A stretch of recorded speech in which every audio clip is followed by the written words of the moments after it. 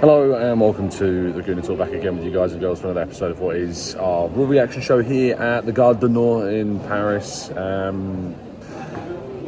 Morning after the night before, obviously travelling home, and I wanted to upload something. Of course, I didn't really able to record anything last night. It was kind of a rush to get home, and I didn't feel like it, to be honest, after the game. It was obviously a disappointing result. The performance, I think we can go into a lot of things about Arsenal's performance yesterday, to be honest. You know, they started the game better than I could have hoped, really, in terms of what they did other than finishing. You know, going into the match, all the expectation, all the pressure was on PSG, and it felt like that in the opening minutes, because Arsenal really took the impetus and attacked from the first minute, and they really suffocated PSG, to be honest, into having quite few opportunities, and they just needed to find the net in those moments, in those times where obviously they are under pressure and struggling to kind of break out of their own half. Declan Rice's header, Martinelli's touch, Odegaard's strike. I think there was another corner as well that sadly was not taken. And that's been the story, you know, of Arsenal's season, really, because, as you can tell, I'm still very tired. That's been the story of Arsenal's season, really. A team that creates, you know, I think needs to create more, absolutely. But a team that really has struggled to finish its chances. Arsenal ended the tie with an XG of 5.11 across both legs. PSG finished with an XG of around 3, and they scored 3 goals. Arsenal scored just 1. And that tells you everything I think you need to know, you know, about where we're at right now and what needs to happen and what we've lacked and lost this season as well. The players, of course, that are missing. But I think the game played out in the end kind of similar in some ways to the first leg, with PSG hitting something of a sucker punch and really killing momentum. That Fabian Ruiz strike, it comes of course from a frustrating free kick, loose touch from Rice, gives away the free kick and trying to win the ball back. Partey's poor header leading of course to the opportunity for Fabian Ruiz to strike, a little deflection off Saliba as it goes past Raya. And then you're thinking, wow, what massive uphill task for Arsenal at this point, and how are they going to come back in this game? How are they going to get anything? And at half-time with the score at 1-0, and Odegaard, of course, at this point had hit the post too, I was thinking, okay, well, if Arsenal can score early in the second half, then maybe they've got an opportunity. This competition throws up lots of very crazy results, crazy moments, of course, but in the end, it wasn't to be, and PSG would go on to score again. David Raya would save a penalty. We don't need to go too much into the penalty. We all know it was kind of a ridiculous decision, unfortunate on Miles. And Bukayo Saka's goal would sadly just be something of a consolation. It could have been very different. I think, you know, Bukayo Saka's chance, the Calafiori cross, the one he puts over, that was a big moment. Again, Arsenal creating another big opportunity and sadly not taking that chance when it came. I really hope that this Arsenal team doesn't falter and fall apart after this result. I think it's a damaging result. I think it's a poor double tie result, you know, from an Arsenal perspective. They would have, I mean, I went into these games thinking, you know, Arsenal really should be looking to, across 2 legs, beat PSG. Even I think they're the best team in the tournament, personally, PSG. I don't agree with Mikel Arteta's assessment of Arsenal at all. In fact, we'll come on to his press conference in just a second.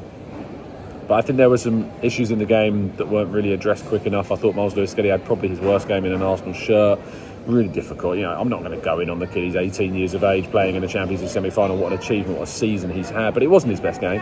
He made some mistakes. He held onto the ball for a bit too long, and he probably should have been hooked at half-time for Calafiori a little bit earlier, but that didn't happen. Odegaard had more encouraging signs. I've seen a lot of scapegoating of Odegaard after the game, but actually I thought it was one of his better displays. He's not had a good season at all. It's been a very bad campaign, and that needs to be considered when Arsenal go into their summer transfer business, I think, and making sure we've got more depth, more options in that role.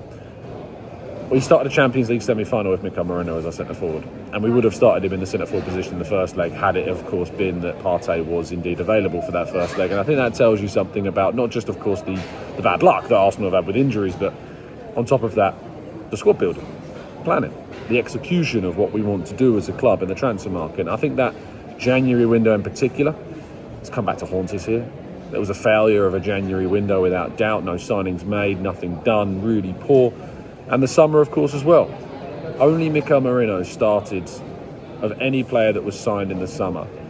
And even if Calafiori was fit, he wouldn't have started this game, we know that. And if we had Havertz available, for instance, we know that Merino wouldn't have started this game. So Arsenal's transfers ahead of a season where they have obviously faltered in the league and regressed in that sense, but to an extent, of course, with the Champions League, reached an amazing part of the tournament where we've not been for 16 years. When it comes to trying to win it, none of the business that we have done has enough of an impact. The only forward that we added was Raheem Sterling. He didn't play a single minute of either tie, to my knowledge. I don't think he came on in the first leg. He certainly didn't come on yesterday. And that, I think, is the story of Arsenal's season from what it really is within their control beyond the finishing side of things. Arsenal have a huge job to do this summer. They have to go into the market. They have to attack the window. They have to spend big. They have to land that crucial forward players, plural. They need to do those things. Because if they don't do those things, then what is the point? What's the strategy? What's the ambition? What's the aim? Just looking over at my station. I'm boarding soon, I'm just well aware. I knew I had 10 minutes to do this show and try and get something out for you this morning. And there's not going to be a thumbnail. I hope there's going to be a video description and a title, but you're going to see this ugly mug on your thumbnail to click it ahead of this game, but after this game. But yeah, I can't help but feel really disappointed. I came out of the game, somewhat reserved and accepting of what had happened. Arsenal were beaten by the better team across 2 games, and I think that it should be used as inspiration and as a moment of reflection to learn about what needs to change and what needs to happen moving forwards. From the managerial point of view, I was quite disappointed coming out of the press conference. I didn't particularly enjoy Mikel Arteta's comments about the game. I don't agree that we were the best team in the tournament. I don't agree that he should have said things like, the PSG bench said that as well, when obviously Luis Enrique has come out and denied that as well, which I don't blame him for doing. I think that obviously he was protecting his players, protecting his team, and he's always done that. But I think there was something lacking. There was a little bit of humility, I think, lacking in that post-match press conference. A little bit of I think he needed to talk more about how PSG outplayed us across both legs, executed their plan really well, and while Donnarumma, he's right, was probably the best player across both legs as well, he's not the only reason PSG went through.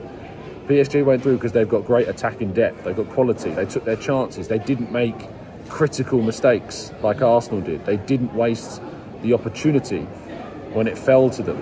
They missed some chances as well, to be fair, but they also took 3 big ones across both legs, and they could have arguably scored more. They could have been out of sight before the first leg, of course, Arsenal as well.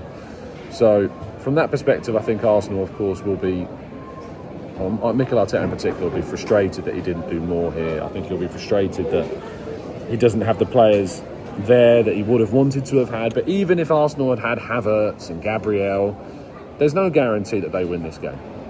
There's no guarantee that this Arsenal squad, even if it's at full strength, goes through.